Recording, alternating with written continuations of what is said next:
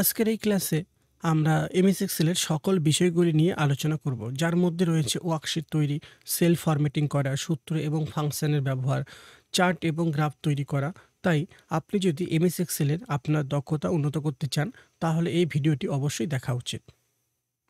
তো MS Excel হচ্ছে Microsoft অফিসের একটা সফটওয়্যার। যে এমএস এক্সেলটা আমরা যারা যে কোনো অফিসের মধ্যে জব করি বা যে কোনো অফিসিয়ালি কাজ করি, তো আমরা সবাই কম বেশি এমএস এক্সেলের মধ্যে কাজ করে থাকি। তো এই যে এমএস এক্সেল যে সফটওয়্যারটা, এর মধ্যে আমরা কি বিভিন্ন ধরনের কাজ করি, যে ডাটা এন্ট্রির কাজ থেকে শুরু করে আমরা এর মধ্যে যে কোনো কোম্পানির স্টেটমেন্ট অ্যানালাইজ করতে পারি, তারপর বিল তৈরি করতে পারি, ম্যাথের ক্যালকুলেশনগুলো করতে পারি, এছাড়া আরও অনেক কাজ করতে পারি। এগুলো আমরা আস্তে আস্তে ক্লাসের মধ্যে শিখব। তো ফার্স্ট কোশ্চেনটা হচ্ছে যে এমএস এক্সেল কীভাবে ওপেন করতে হয়। তো এমএস এক্সেল ওপেন করতে গেলে আমাদেরকে প্রথমত আসতে হবে কম্পিউটারের স্টার্ট বাটনে। তো আমাদের কম্পিউটারের স্টার্ট বাটন হচ্ছে এইটা। তো এই স্টার্টে আসতে হবে। তারপর এক্সেলটা এখানেই থাকবে। তো এখান থেকে সরাসরি এর মধ্যে ক্লিক, তাহলেই এক্সেলটা ওপেন হয়ে আসবে।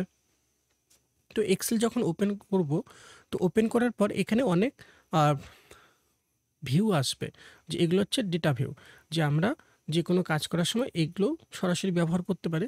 তো এখান থেকে ব্ল্যাঙ্ক ডকুমেন্টসটাকে সিলেক্ট করতে হবে, মানে ব্ল্যাঙ্ক ওয়ার্কবুকটাকে সিলেক্ট করতে হবে।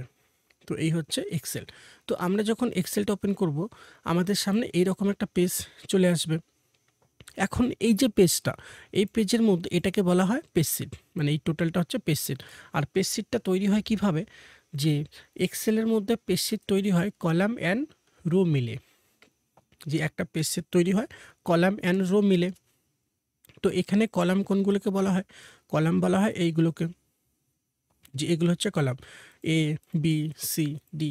আর এখানে রো কোনগুলো, রো হচ্ছে এইগুলো 1, 2, 3, 4, এগুলো হচ্ছে রো।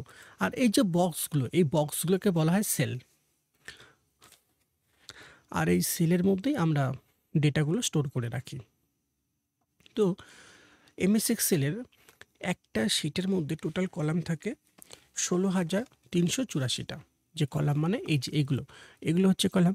তো এক্সেলের একটা পেজের মধ্যে, মানে এক্সেলের একটা শিটের মধ্যে টোটাল কলাম থাকে 16,384টা। আর টোটাল রো থাকে 10,48,576টা। আর লাস্ট কলাম নেম কি, যে লাস্ট কলাম নেমটা হচ্ছে XFD। জি। তো এখানে কলামের লেটারগুলো কি আসছে, ABCD আসছে। তো জেটের পর আবার ডাবল এ থেকে স্টার্ট হচ্ছে। তো এইভাবেই লাস্ট কলাম নেমটা তৈরি হয়েছে XFD।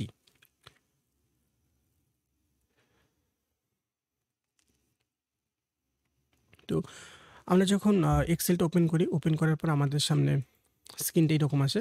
তো এই যে স্ক্রিনটা যে আছে, এটা কি কালারফুল আছে, তো আমরা চাইলে এটাকে আমরা আমাদের ইচ্ছার উপর কাস্টমাইজ করতে পারি। কাস্টমাইজ বলতে তো আসতে হবে ফাইলের মধ্যে। তো এখান থেকে যে ফাইল যে বাটনটা আছে, এখানে আসতে হবে। এখান থেকে আসতে হবে অ্যাকাউন্টসের মধ্যে, অ্যাকাউন্টস। তারপরে যেখানে থিমের মধ্যে কালারফুল করা আছে, এটাকে আমরা ডার্ক করতে পারি, হোয়াইট করতে পারি। এইভাবে আমরা এটাকে ব্যবহার করতে পারি। তো এখান থেকে আমি কালারফুলটাই করলাম। এখন পরের কোশ্চেনটা আছে how to copy a word from a cell to another cell. যে কপি, যে এক্সেলের মধ্যে কোনো ডেটাকে কপি করতে হয় কিভাবে। তো এর জন্য আগে একটা কিছু এখানে লিখতে হবে। তো আগে একটা টেবিল তৈরি করে নেব এখানে, যেখানে ফার্স্ট লিখতে হবে আইডি, এরপর লিখব নেম,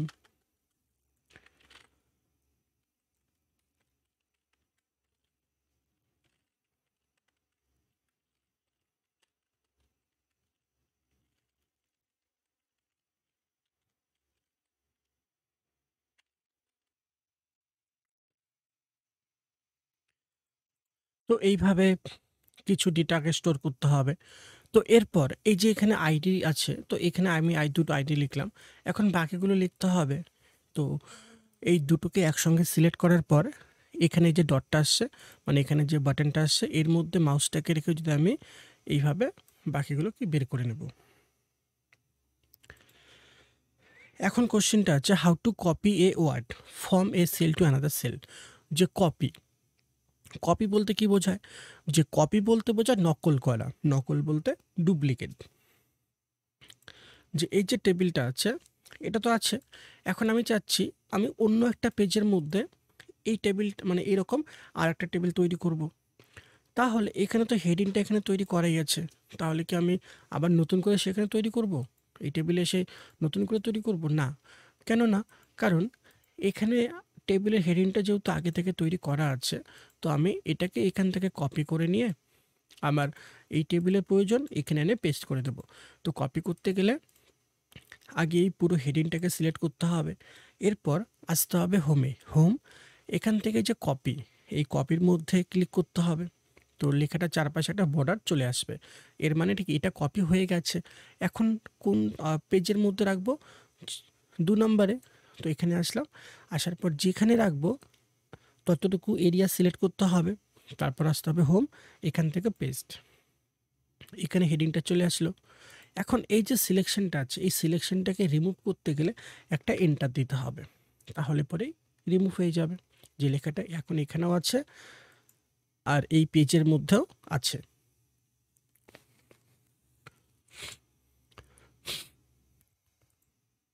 এখন আমি চাইলে পরে এই লেখাটাকে আমি এখান থেকে কপি করে এখানেও রাখতে পারি।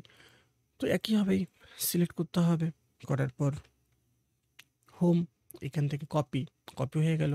যেখানে রাখবো সেখানে কাজে রেখে এখান থেকে পেস্ট, চলে আসলো। এখন এই বর্ডারটা আছে, এখন যদি আমি এন্টার দিই তাহলে বর্ডারটা তো চলে গেল, কিন্তু এই জায়গাটার মধ্যে পেস্ট হয়ে গেল। কেন? কারণ আমি এই সেলটাকে সিলেক্ট করে রেখেছি তাই।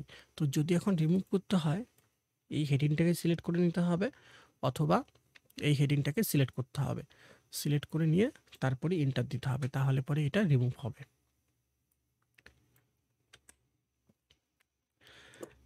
এখন পরের কোশ্চেনটা আছে how to move a word from a cell to another cell. যে মুভ, মুভ বলতে কি বোঝায়? যে মুভ বলতে বোঝায় সরানো, যে একটা জায়গার থেকে সরিয়ে আর একটা জায়গায় রাখা, মানে স্থান পরিবর্তন করা। তো এই যে টেবিলটা এখানে আছে, তো আমি চাচ্ছি পুরো টেবিলটাকে এখান থেকে একটু সরিয়ে নেব, যে দুটো কলাম সরিয়ে নেব। তো সরানোর জন্য আগে পুরো টেবিলটাকে সিলেক্ট করতে হবে। তো এখানে ততটাই সিলেক্ট করতে হবে যতটাকে আমি সরাবো। যদি আমি এখানে পুরো টেবিলটাকে সরাই তাহলে পুরো টেবিলটাকে সিলেক্ট করব। আর যদি আমি এখানে একটা বা দুটো রেকর্ডসকে সরাতে চাই তাহলে একটা বা দুটো রেকর্ডসকে সিলেক্ট করতে হবে। তো আমি চাচ্ছি পুরো টেবিলটাকে সরাবো, তো পুরো টেবিলটাকে সিলেক্ট করব এভাবে। এরপর আসতে হবে হোম, এখান থেকে কাটে আসবো। তো পুরো টেবিলটা সিলেক্ট হয়ে গেল।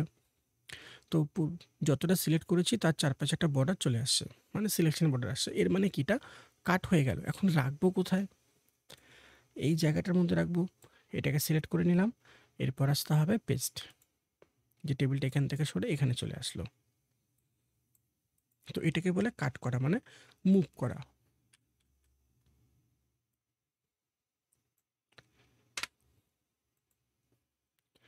এখন আমি চাইলে পরে দুটো বা একটা লেখাকেও সরাতে পারি। যদি দুটো বা একটা লেখাকে সরাতে হয়, যেরকম আমি এই সেলের মধ্যে একটা কিছু লিখলাম, একটা ওয়ার্ড লিখলাম, এখন আমি চাচ্ছি এটাকে এখান থেকে সরিয়ে এখানে এনে রাখবো। তো একইভাবে সিলেক্ট করতে হবে। তারপর এই যে বর্ডারটা আছে এই বর্ডারের মধ্যে মাউসটাকে এখানে কিন্তু রাখা যাবে না। যদি এখানে রেখে এইভাবে ড্র্যাগ করি তাহলে লেখাটা কপি হয়ে যাবে বারবার। তো এই বর্ডারের মধ্যে মাউসটাকে রেখে তারপর যেখানে দরকার এখানে এনে এইভাবে ছেড়ে দিতে হবে। তো এটা একটা স্টাইল, মানে এইভাবেও আমরা এটাকে সরাতে পারি।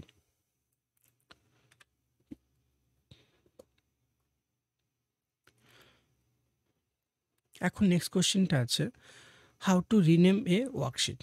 যে রিনেম, রিনেম বলতে কি বোঝায়? যে রিনেম বলতে বোঝায় নতুন করে নাম লেখা, মানে নেম পরিবর্তন করা, যে পুনরায় নেম লেখা। যেরকম আমরা অনেক সময় কি করি, ফোনের মধ্যে কোনো কন্ট্যাক্ট নাম্বার সেভ করে রাখি একটা নেমে, তারপর সেটাকে কিছুদিন পর আবার একটা মানে নেমটাকে চেঞ্জ করে দিই। তো এই যে আগে থেকে কন্ট্যাক্ট নাম্বারটা সেভ করা আছে, তারপর যখন আমরা নতুন করে নেমটা চেঞ্জ করি, আমরা কি নেমটাকে ডিলিট মানে নাম্বারটাকে ডিলিট করি? নাম্বারটা কিন্তু আমরা ডিলিট করি না।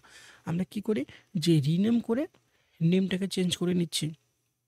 তো এমএস এক্সেলে একটা পেজের মধ্যে, মানে এমএস এক্সেলের একটা ফাইলে আমরা একাধিক পেজ নিয়ে কাজ করতে পারি একসাথে, যে একাধিক ওয়ার্কশিট নিয়ে বা ওয়ার্ক পেজ নিয়ে আমরা কাজ করে থাকি।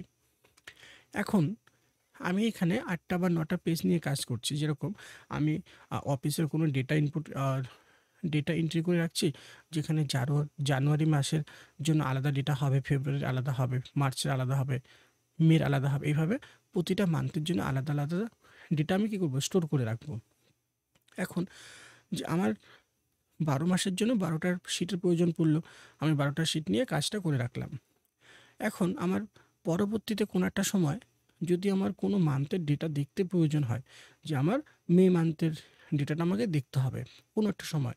তো তাহলে কী করতে হবে? আমি তো একবার বুঝতে পারবো না। তো আমাকে সেক্ষেত্রে প্রতিটা শিটের মধ্যে ক্লিক করে দেখতে হবে। কিন্তু আমরা যদি এই শিটের মধ্যে নামটাকে চেঞ্জ করে রাখি, যে এটা এর মধ্যে জানুয়ারি মান্থের ডেটা আছে, এখানে লিখলাম জানুয়ারি। এর মধ্যে ফেব্রুয়ারি আছে, এখানে ফেব্রুয়ারি লিখলাম। তাহলে সুবিধা কি? আমরা সরাসরি শিট নেমটা দেখলে বুঝতে পারবো এর মধ্যে কোন মান্থের ডেটাটা স্টোর করা আছে বা এর মধ্যে কি থাকতে পারে। যে আমি এখানে কিছু কাজ করছি, এখন যেরকম আমি এখানে একটা স্টুডেন্টের ডিটেলস তৈরি করলাম। কিন্তু আমি যদি ২ নাম্বার শিটের মধ্যে আসি, তাহলে আমি বুঝতে পারবো না ১ নাম্বার শিটে কী রাখা আছে। তো এই জন্য আমি চাচ্ছি এর মধ্যে লিখে রাখবো যে ১ নাম্বার শিটের মধ্যে কী আছে। তাহলে কি আমি নাম দেখলেই বুঝতে পারবো যে ১ নাম্বার শিটটাতে কী আছে। তো এই যে নেম, তো এই ওয়ার্কশিটের নেমটাকে কীভাবে চেঞ্জ করতে হয়? তো ওয়ার্কশিটের নেম চেঞ্জ করতে গেলে যে ওয়ার্কশিটের নেম চেঞ্জ করব, সেই ওয়ার্কশিটের উপর রাইট ক্লিক করতে হবে। এখান থেকে যে রিনেম, এই রিনেমে ক্লিক করতে হবে। তারপর এখান থেকে পুরনো নেমটাকে মুছে দিয়ে নতুন একটা নাম এখানে দিয়ে দিতে হবে। তারপর বাইরে কোথাও ক্লিক। নেম চেঞ্জ হয়ে গেল। এখন এর পরের কোয়েশ্চেনটা যে how to save A file. যে হাউ টু সেভ, সেভ বলতে কী বোঝায়? যে সেভ বলতে বোঝায় সংরক্ষণ করে রাখা বা জমিয়ে রাখা। যেরকম এই যে ডেটাটা আমি এখানে আমি ডেটাটা তৈরি করলাম। এখন আমি চাচ্ছি এটাকে আমি আমার কম্পিউটারটার মধ্যে সেভ করে রাখবো। তাহলে সুবিধা কী হবে?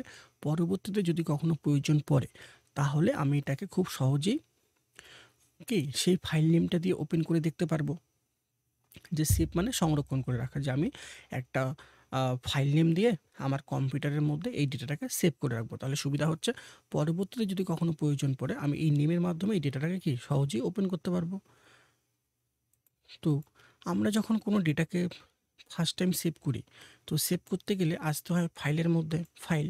তারপর এখানে এই যে সেভ বাটন দুটো আছে, একটা হচ্ছে সেভ, একটা হচ্ছে সেভ অ্যাজ। এখন এই যে দুটো বাটন, এই দুটো বাটনের কাজই হচ্ছে সেভ করে রাখা, কিন্তু নিয়মটা একটু আলাদা। তো আমি যদি প্রথমত সেভে আসি, এখানে সেভ অ্যাজ ওপেন হচ্ছে। তারপর যদি সেভ অ্যাসে আসি, সেভ অ্যাসই ওপেন হচ্ছে। কেন? কারণ এই যে ফাইলটা, এই ফাইলটাকে কি আমি এখনও সেভ করেছি? যে এই ফাইলটাকে কিন্তু এখনও সেভ করা হয়নি। তাই জন্য এখানে বুক 1 লেখাটা আসছে। এখন এই যে বুক 1, তো বুক 1 টা হচ্ছে এটা ফাইল নেম। তো বাই ডিফল্ট একটা নেম দিয়ে দিয়েছে বুক 1। তো বুক হচ্ছে যেরকম এটাকে বলা হয় ওয়ার্কবুক, আর এটাকে বলা হয় ওয়ার্কশিট। যে এই শিটের মধ্যে আমরা ডেটাটাকে স্টোর করে রাখি, আর এটাকে বলা হয় ওয়ার্কবুক বা ফাইল। এখন এই যে ওয়ার্কবুক, এটা হচ্ছে আমাদের খাতার মতো। যেরকম আমাদের খাতা বা ডায়েরি, সেরকম এই ওয়ার্কবুকটাকে আমরা খাতা বা ডায়েরি বলতে পারি। আর এই যে ওয়ার্কশিট, এগুলোকে আমরা বলতে পারি সেই ডায়েরির পেজ। মানে এটা হচ্ছে আমার মেন খাতা, আর এগুলো হচ্ছে কি আমার পেজ। তো এরকম যেরকম একটা খাতার মধ্যে বা একটা ডায়েরির মধ্যে অনেক পেজ থাকে, আর প্রতিটা পেজের মধ্যে আমরা কোনো কিছু না কিছু লিখে রাখি, সেরকম এটা একটা খাতা, যেটা হচ্ছে ফাইল। আর এই খাতার ভেতরে এগুলো হচ্ছে পেজ, যার মধ্যে আমরা ডেটাগুলো স্টোর করে রাখি বা যে ডেটা ইনপুট করে লিখে রাখি।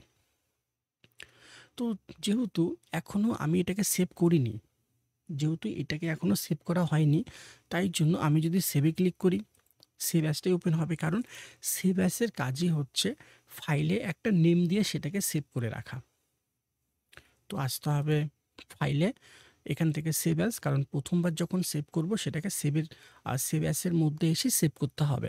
তারপর এখান থেকে আমাকে লোকেশন নিতে হবে, যে আমি ডেটাটাকে কোথায় সেভ করে রাখবো, কোন লোকেশনে রাখবো। তো এখান থেকে ডেস্কটপটাকে নিয়ে নেব।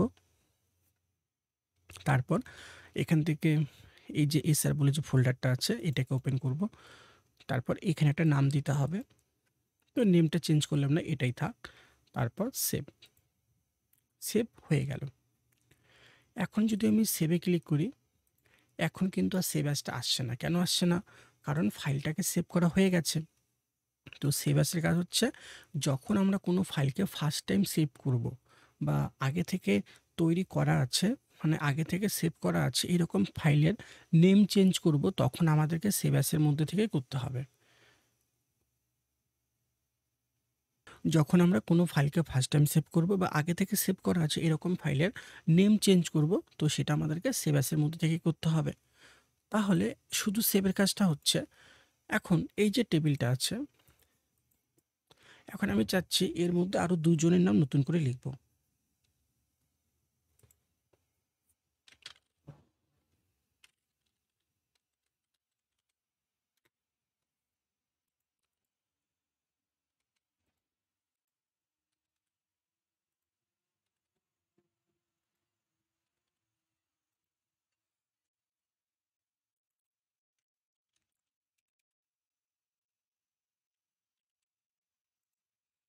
এই একজনের নাম আমি নতুন করে লিখলাম।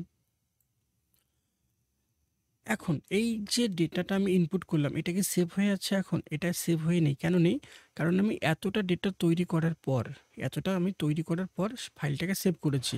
ফাইলটা সেভ করার পর আমি এতটা নতুন করে লিখলাম, মানে কি এটা এখন আর এর মধ্যে সেভ হয়ে নেই।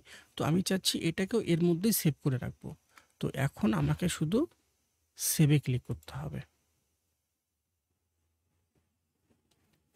যে সেভের কাজ হচ্ছে আগে থেকে তৈরি করা আছে এরকম কোনো ফাইলে যখন আমরা নতুন করে কোনো ডেটা তৈরি করব আর সেটাকে তার মধ্যেই সেভ করে রাখবো, তখন আমাদেরকে সেভে আসতে হবে।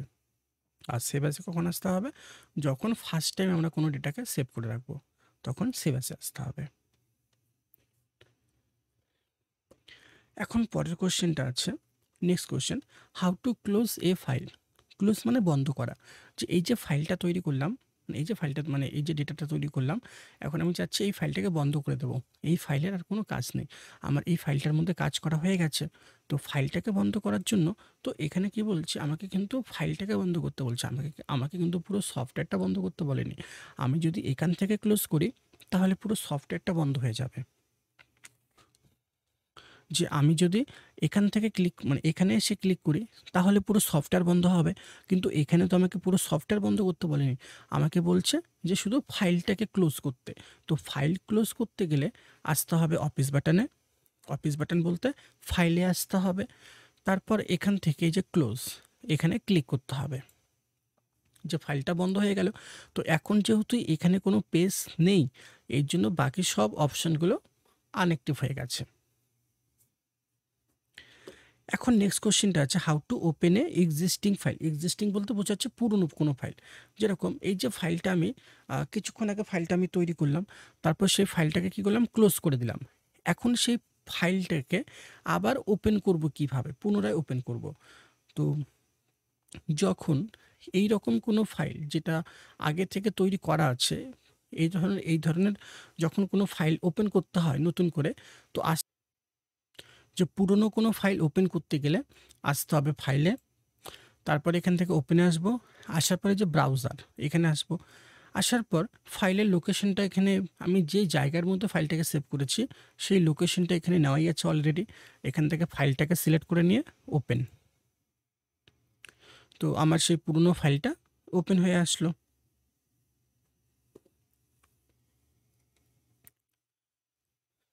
এখন পরের কোশ্চেনটা আছে,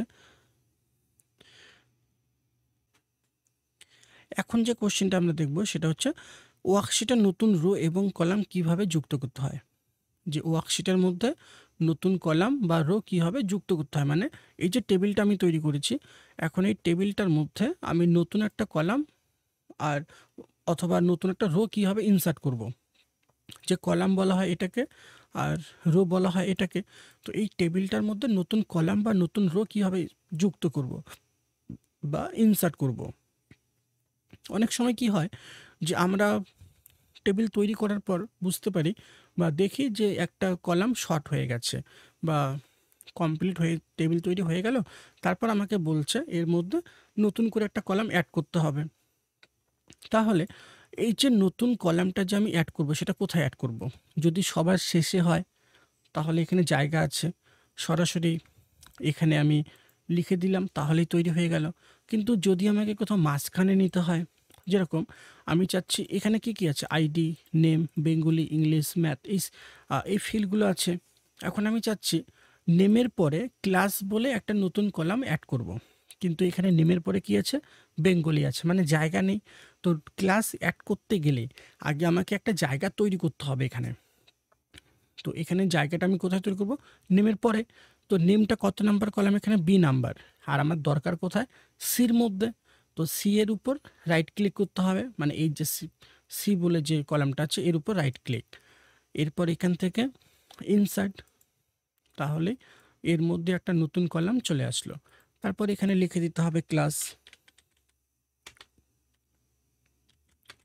এইভাবে ক্লাসগুলো লিখে দিতে হবে। তো এইভাবে কি আমরা নতুন একটা কলাম টেবিলের মধ্যে যুক্ত করতে পারি বা ইনসার্ট করতে পারি। এরপর আচ্ছা, যে আমি একটা কি নিলাম, কলাম যুক্ত করলাম। এখন আমি একটা রো ইনসার্ট করব এখানে। তো রো বলতে বোঝাচ্ছে এগুলো হচ্ছে রো। তো যেরকম এখানে কয়েকজনের নাম লেখা আছে, এখন আমি চাচ্ছি এখানে আরও দুজনের নাম নতুন করে লিখব। এখন এই যে আরও দুজনের নাম নতুন করে লিখব, এই নেমটা কোথায় লিখব, সবার শেষে? যদি সবার শেষে লিখি, জায়গা আছে, সরাসরি কার্সার রেখে লিখে দিলাম, তাহলেই হয়ে গেল। যদি আমি মাঝখানে লিখতে চাই, যে আমি চাচ্ছি এই যে 3 আর 4 যে নাম্বারটা আছে এর মাঝে লিখব, কিন্তু এখানে তো জায়গা নেই। তো মাঝখানে লেখার জন্য আমাকে নতুন করে রো এখানে ইনসার্ট করতে হবে, তারপর লিখতে হবে। তো নতুন রোটা আমি কোথায় নিতে যাচ্ছি, 3-র নিচে, 4-এর উপরে। এর মানে আমাকে 7-এর উপরে রাইট ক্লিক করতে হবে। কেন, এখানে সিরিয়াল নাম্বার 4টা 7 নাম্বার কলামে লেখা আছে। 7-এর উপর রাইট ক্লিক, এরপর এখান থেকে ইনসার্ট। তো এখানে মাঝে একটা নতুন করে রো চলে আসলো।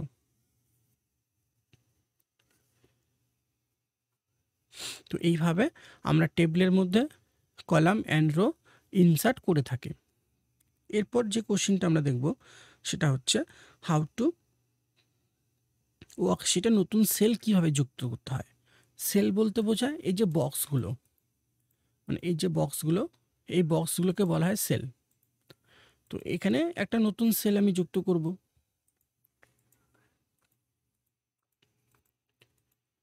তো নতুন সেল যুক্ত করার জন্য যে জায়গার মধ্যে নতুন সেল নেব সেই জায়গাটার উপরে রাইট ক্লিক করতে হবে। এরপর এখান থেকে আসতে হবে ইনসার্টে আসতে হবে। আসার পর এই যে পপ আপ মেনুটা এটা চলে আসবে।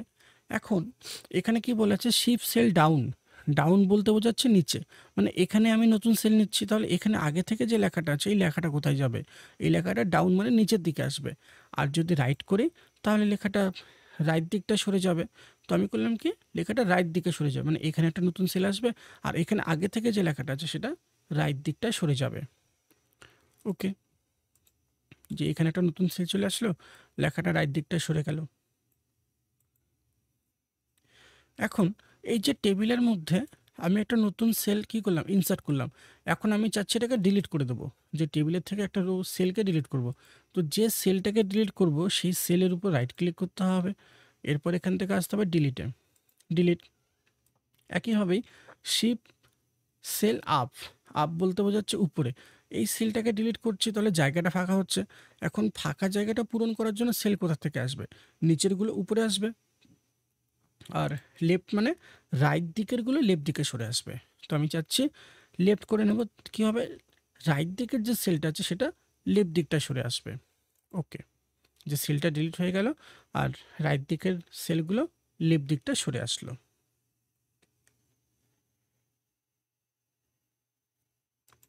এখন যে কোশ্চেনটা আমরা দেখব সেটা হচ্ছে টেবিলের মধ্যে থেকে কলাম অ্যান্ড রোকে কীভাবে ডিলিট করতে হয়।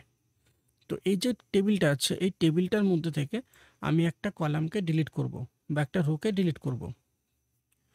তো টেবিলের থেকে যখন কোনো কলামকে ডিলিট করব, তো সেই কলাম যে লেটারটা আছে তার উপর রাইট ক্লিক করতে হবে। এখন আমি চাচ্ছি এখানে এই যে রিমার্ক বলে যে কলামটা আছে এটাকে ডিলিট করব। এখন এটা কত নাম্বার কলাম, তো এটা হচ্ছে 8 নাম্বার কলাম।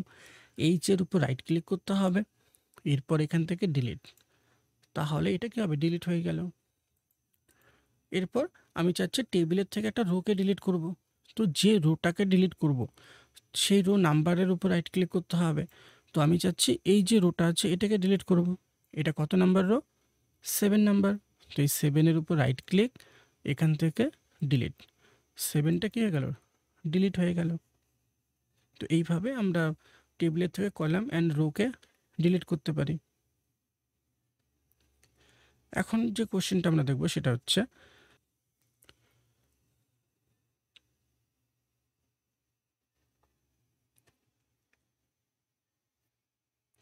এখন যে কোশ্চেনটা আমরা শিখবো সেটা হচ্ছে ওয়ার্কশিটের মধ্যে কোনো কলাম বা রোকে কীভাবে হাইড করে রাখতে হয়। হাইড মানে লুকিয়ে রাখতে হয়। যেরকম এই যে টেবিলটা তো আমি তৈরি করলাম, এখন আমি চাচ্ছি এই টেবিলটাকে প্রিন্ট আউট করব। তো এই যে টেবিলটা প্রিন্ট আউট করব, কিন্তু আমি সম্পূর্ণ টেবিলটা প্রিন্ট আউট করছি না। যে এখান থেকে আমি এই যে নেমটা যে আছে এই নেমটাকে প্রিন্ট আউট করব না। এখন প্রিন্টারের মধ্যে কি এরকম কোনো সেটিং আছে যে যেখানে আমি যদি বলি যে আমি এই নেমটাকে প্রিন্ট আউট করব না, এই নেমটা প্রিন্ট আউট হবে না, এরকম তো কোনো সেটিং নেই। যে পেজের মধ্যে যা লেখা আছে সেই লেখাগুলোই প্রিন্ট আউট হবে। কিন্তু এখানে আমি কি চাচ্ছি যে এইখানে যে রেকর্ডসটা আছে এটাকে আমি প্রিন্ট আউট করব না। তাহলে কি করব? এটাকে ডিলিট করে দেব? না, ডিলিটও করতে পারবো না। যদি ডিলিট করি তাহলে পার্মানেন্ট টেবিলের থেকে ডিলিট হয়ে যাবে। কিন্তু এমন তো নয় যে এটার আর একদমই দরকার নেই। যে এখন আমি যে কাজটা করতে যাচ্ছি মানে এখন আমার দরকার নেই, কিন্তু অন্য সময় দরকারে পড়বে, তাই জন্য এটাকে ডিলিটও করতে পারবো না। তাহলে কি করব? হাইড করে রাখবো। হাইড মানে এখন আমার দরকার নেই, এখন আমি এটাকে হাইড করে রাখছি, আবার যখন প্রয়োজন পড়বে টেবিলের মধ্যে আনহাইড করে ফিরিয়ে আনবো। তো হাইড করতে গেলে এটা কত নাম্বার কলাম? 8 নাম্বার। তো এই কলাম লেটারের উপর রাইট ক্লিক করতে হবে, তারপর এখান থেকে যে হাইট, এই হাইটে ক্লিক করতে হবে। তো হাইট হয়ে গেল। বুঝবো কিভাবে যে কত নাম্বারটা হাইট করে রেখেছি? তো বোঝার জন্য এই নাম্বারটা খেয়াল করতে হবে। 5 6 7 9, 7-এর পরে কি 9 আসে? 7-এর পরে 8 আসে, কিন্তু এখানে 8টা নেই। এর মানে কি 8 নাম্বার কলামটা হাইট হয়ে আছে। তো এই নাম্বারটা দেখেই আমরা বুঝতে পারি যে এখানে কোন কলামটাকে আমরা হাইড করে রেখেছি। তো হাইড করতে গেলে কি করতে হবে? তো হাইডটা আমরা এখানে দুভাবে করতে পারি। প্রথমে রাইট ক্লিক, এখান থেকে হাইড, অথবা সিলেক্ট করতে হবে আগে, এরপর আসতে হবে হোম, এখান থেকে ফরম্যাটে আসতে হবে। ফরম্যাট, এখান থেকে হাইড আনহাইড, হাইড আনহাইড, এখান থেকে হাইড রো, এর মধ্যে ক্লিক। যে রোটা হাইট হয়ে গেল। বুঝবো কি হবে? 3 4 6, 4-এর পর কি আসে? 5 আসে, কিন্তু এখানে 5টা না এসে একবারে 6 চলে আসলো।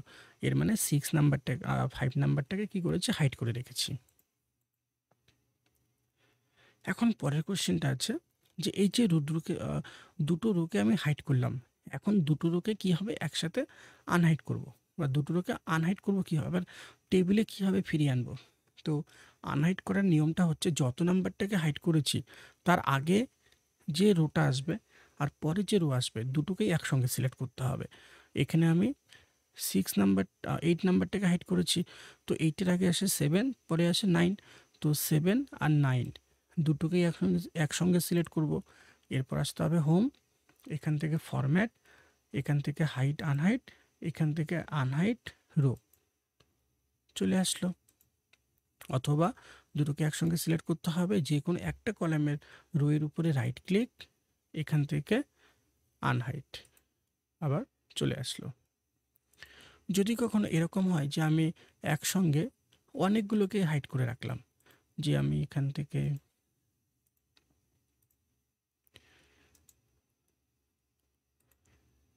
তিনটা চারটা রোকে হাইড করে রাখলাম, এখন যখন আমরা একসঙ্গে অনেকগুলো রোকে হাইড করে রাখবো, এখন যদি একটা একটা করে আনহাইড করতে যাই প্রচুর সময় লেগে যাবে। কেন? খুঁজে খুঁজে বের করতে হবে কোথায় আছে, তারপর সেটাকে আনহাইড করতে হবে। তো যখন আমরা একের বেশি মানে একাধিক রোকে হাইড করে রাখবো, তো সেক্ষেত্রে একবার এখানে ক্লিক করতে হবে। তাহলে কি হবে? সম্পূর্ণ পেজটা সিলেক্ট হয়ে যাবে। কোথায় ক্লিক করব? এই জায়গাটায়। এর মধ্যে ক্লিক করলে কি হবে? সম্পূর্ণ পেজ সিলেক্ট হয়ে যাবে। তারপর আসতে হবে ফরম্যাট, এখান থেকে হাইড আনহাইড, এখান থেকে আনহাইড রো। তাহলে যতগুলোকে আমরা হাইড করে রেখেছি সবগুলোই একসঙ্গে কি হবে? আনহাইড হয়ে যাবে, মানে সবগুলোই একসঙ্গে টেবিলের মধ্যে ফিরে আসবে। এরপর আছে যে টেবিলের থেকে কোনো কলামকে কীভাবে হাইড করে রাখবো। তো যে কলামটাকে হাইড করব, তো একইভাবে যে এই যে টেবিলটা আছে, এই টেবিলটাকে এখন আমি প্রিন্ট আউট করবো, কিন্তু এখানে আমার ক্লাসটার প্রয়োজন নেই, এটাকে আমি প্রিন্ট আউট করছি না। তো এটাকে আমি হাইড করে রেখে দেবো। হাইড করতে গেলে একইভাবে এর উপর রাইট ক্লিক করতে হবে, করার পর এখান থেকে হাইড, অথবা সিলেক্ট করার পর আসতে হবে হোম, এখান থেকে ফরম্যাট, হাইড আনহাইড, এখান থেকে হাইড কলাম। হাইট হয়ে গেল, বুঝবো কীভাবে, লেটারটা খেয়াল করতে হবে, 1 এ বি ডি আসে, বির পরে সি আসে, কিন্তু এখানে সিটা নেই, এর মানে সি নাম্বারটাকে হাইড করে রাখা আছে। এরপর এই যে কলামটাকে হাইড করলাম, এটাকে আনহাইড করব কীভাবে, তো আনহাইড করতে গেলে একইভাবেই, তো যে কলামটাকে হাইড করেছি তার আগে আর পরে যে কলাম থাকবে সেই দুটোকেই একসঙ্গে সিলেক্ট করতে হবে। এরপর আসতে হবে হোম, ফরম্যাট, তারপর হাইড আনহাইড, এখান থেকে আনহাইড কলাম, আবার ফিরে আসলো। যদিও আমরা একসঙ্গে একাধিক কলামকে হাইড করে রাখি, 4টা 5টা বা তারও বেশি কলামকে হাইড করে রাখি, তো যখন আমরা একসঙ্গে একাধিক কলামকে হাইড করে রাখবো, যদি একটা একটা করে আনহাইড করে প্রচুর সময় লেগে যাবে। তো সবগুলোকে একসঙ্গে আনহাইড করতে গেলে এখানে ক্লিক করে সম্পূর্ণ পেজটাকে সিলেক্ট করে নিতে হবে। এরপর আসতে হবে হোম, এখান থেকে ফরম্যাট, হাইড আনহাইড, এখান থেকে আনহাইড কলাম, এর মধ্যে ক্লিক, তাহলে সবগুলো একসঙ্গে চলে আসবে। অথবা যে কোনো একটা কলামের উপর রাইট ক্লিক, এখান থেকে আনহাইড, সবগুলো একসঙ্গে ফিরে আসলো।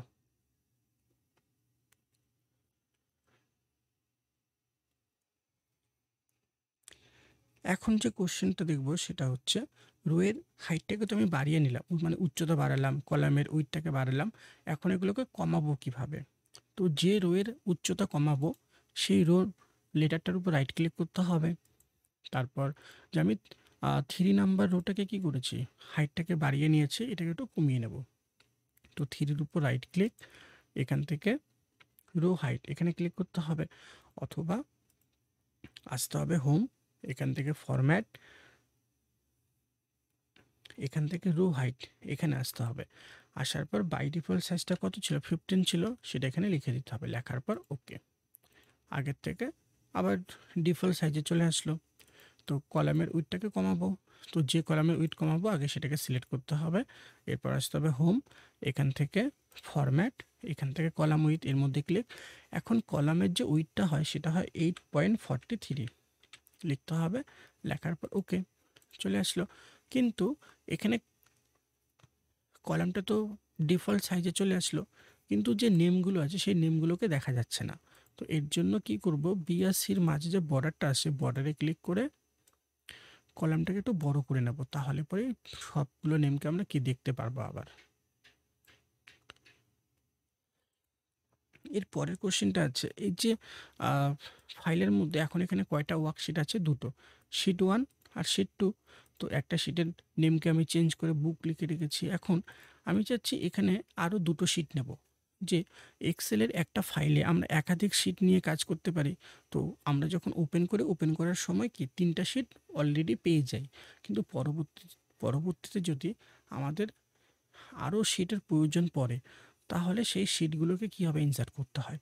তো যদি কখনো শিটের প্রয়োজন পড়ে, তো সেই ক্ষেত্রে আসতে হবে হোমের মধ্যে হোম, তারপর এখানে ইনসার্টে আসতে হবে। এখন হোমের পাশে ইনসার্ট আছে, এটাতে আসলে কিন্তু হবে না, এটা হচ্ছে ইনসার্ট রিবন। তো আসতে হবে কোথায়, এই যে সেল গ্রুপের মধ্যে যে ইনসার্টটা আছে এখানে আসতে হবে। এই সেল গ্রুপের মধ্যে ইনসার্ট বাটনে আসবো, আসার পর ইনসার্ট শিট, যে আবার একটা নতুন শিট চলে আসলো শিট 2 বলে, অথবা রাইট ক্লিক, এখান থেকে ইনসার্ট ওয়ার্কশিট সিলেক্ট করে নিয়ে ওকে। তো শিট 3 বলে একটা নতুন শিট চলে আসলো। অথবা এখানে যে সিম্বলটা আছে প্লাস সিম্বল, এটা হচ্ছে নিউ শিট বাটন, এই বাটনটাতে ক্লিক করতে হবে, তাহলে শিট 4 বলে একটা নতুন শিট চলে আসলো। তো এইভাবেই আমরা নতুন শিট কী করতে পারি, যুক্ত করতে পারি। এরপর হচ্ছে যে এখানে আমি টোটাল কয়টা শিট নিলাম, 4টা শিট নিলাম। তো এখন আমি একটা শিটকে ডিলিট করে দেব। তো যে শিটটাকে ডিলিট করব সেই শিট নেমের উপর রাইট ক্লিক করতে হবে, মানে সেই শিটের উপর রাইট ক্লিক করতে হবে, তারপর এখান থেকে ডিলিট হয়ে গেল।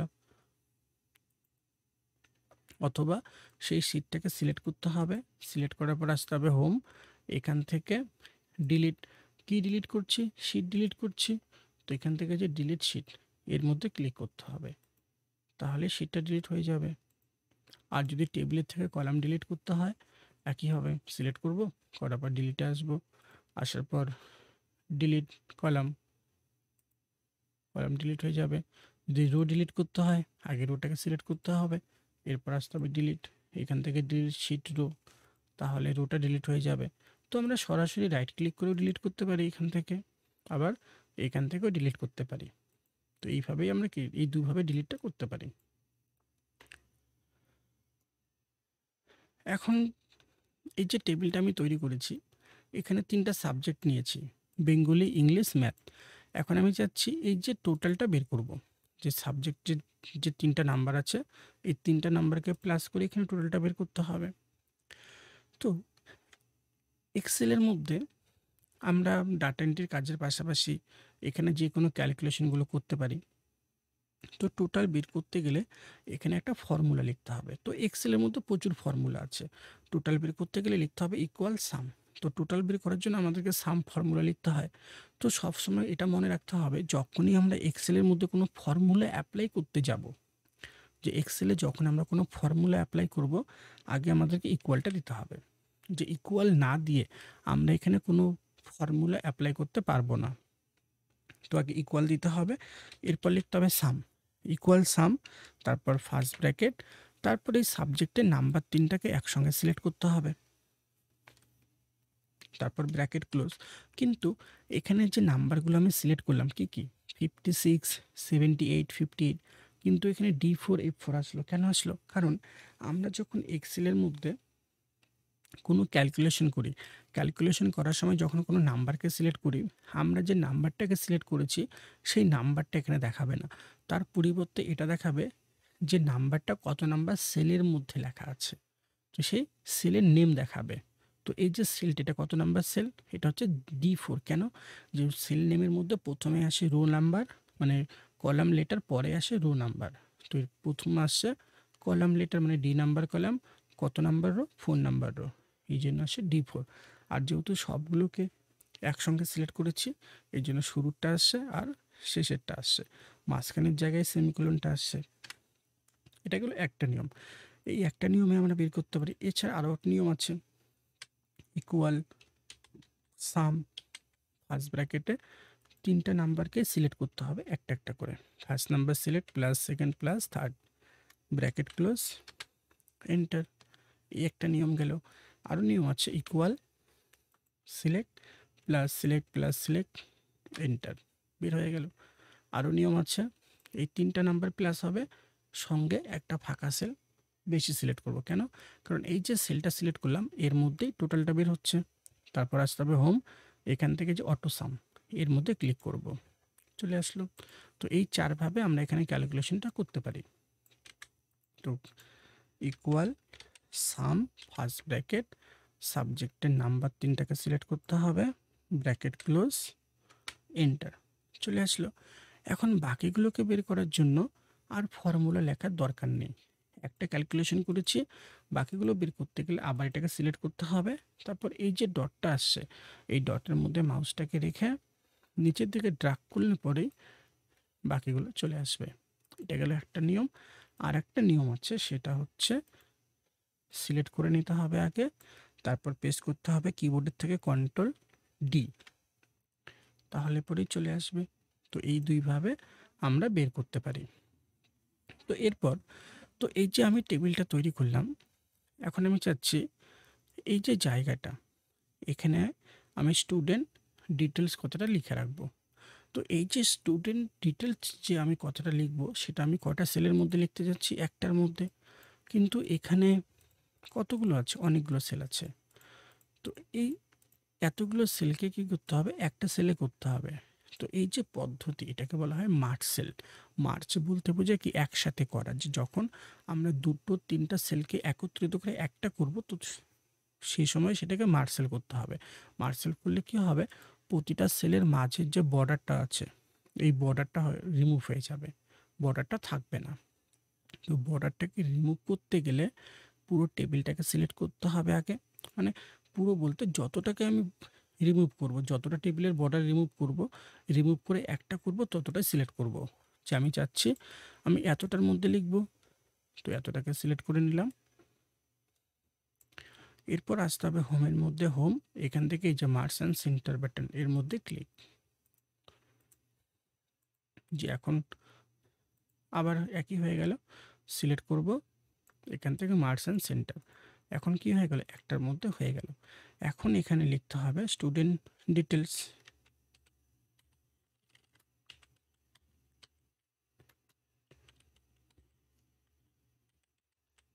লিখলাম। এখন লেখার সাইজটাকে একটু বড় করব। লেখার সাইজ বড় করতে গেলে আগে এটাকে সিলেক্ট করতে হবে, এরপর আসতে হবে হোম, এখান থেকে লেখার সাইজটাকে ইচ্ছা মতো বড় করে নিতে হবে। হয়ে গেল। এখন এক্সেলের মধ্যে এই যে বর্ডারটা যে আছে, এই বর্ডারটাকে রাখবো না, রিমুভ করে দেবো। তো এই বর্ডারগুলোকে বলা হয় গিড লাইন। তো গিড লাইন রিমুভ করতে গেলে আসতে হবে ভিউয়ের মধ্যে, ভিউ, এখান থেকে এই যে গিড লাইন এর মধ্যে ক্লিক। তাহলে বর্ডারটা থাকবে না, গিড লাইনগুলো রিমুভ হয়ে গেল। তো আবার নিয়ে আসার জন্য আবার এর মধ্যেই ক্লিক করতে হবে গিড লাইনে, তাহলে আবার গিড লাইনটা চলে আসবে। চলে আসলো। এখন আমি চাচ্ছি এই যে টেবিলটা আছে, এই টেবিলের মধ্যে বর্ডারটা সেট করব। কিন্তু আমরা যদি দেখি এখানে আগে থেকেই বর্ডার আছে, তো যেহেতু আগে থেকে বর্ডার আছে, তাহলে কি নতুন করে বর্ডার ইনসার্ট করার প্রয়োজন আছে, সেট করার প্রয়োজন আছে? প্রয়োজন নেই, কিন্তু আমাদেরকে করতে হবে। কেন করতে হবে? কারণ এখানে যে বর্ডারটা আছে, আমরা যখন এই পেজটাকে প্রিন্ট আউট করব, প্রিন্ট আউটের সময় কিন্তু এই বর্ডারটা দেখাবে না। মানে উপরের যে কলামের যে নেমগুলো আছে ABCD, রোয়ের যে নাম্বারগুলো আছে 1 2 3 4, পেজটাকে প্রিন্ট আউট করার সময় এই নাম্বারগুলো দেখায় না। তো প্রিন্ট আউট মানে প্রিন্ট প্রিভিউটা আমরা দেখতে পারি। তো দেখার জন্য কন্ট্রোল F2 প্রেস করতে হয় কিবোর্ডের থেকে, অথবা আসতে হবে ফাইলে, এখান থেকে প্রিন্ট, এর মধ্যেই ক্লিক, তাহলে এখানে আমাদেরকে দেখাবে। তো আমি যদি এখানে একটু দেখি, তাহলে দেখব যে টেবিলটা সম্পূর্ণটাই আসছে, কিন্তু এখানে মাঝের কোনো বর্ডার আসেনি। আর উপরের যে রো নাম্বার, সাইডের উপরে কলাম লেটার, এগুলো আসেনি। তো প্রিন্ট আউট করার সময় কি এই যে কলাম লেটার, রো নাম্বার, এগুলো আসবে না, মাঝের যে লাইনগুলো আছে এগুলো শো হবে না। তো এর জন্য আমাদেরকে বর্ডারটা সেট করতে হয় আলাদা করে। বর্ডার সেট করতে গেলে পুরো টেবিলটাকে সিলেক্ট করতে হবে। মানে পুরো বলতে যতটার মধ্যে আমরা বর্ডার সেট করব ততটা টেবিল আমাদেরকে সিলেক্ট করতে হবে। এরপর আসতে হবে হোম, তারপর এই যে এটা হচ্ছে বর্ডার বাটন, এই বর্ডার বাটনে ক্লিক করতে হবে। করার পরে এখান থেকে অল বর্ডার, তাহলে পরেই পুরো টেবিলের মধ্যে কি বর্ডারটা চলে আসলো। তো এখন যদি আমি প্রিন্টের মধ্যে আসি, তাহলে দেখতে পারবো যতটার মধ্যে আমি বর্ডার সেট করেছি ততটার মধ্যে বর্ডারটা কি এখন দেখা যাচ্ছে। তো আজকের ক্লাসের মধ্যে এতটুকুই। বাকি যে কোশ্চেনগুলো থাকলো এগুলো আমরা পরের ক্লাসে দেখে নেব।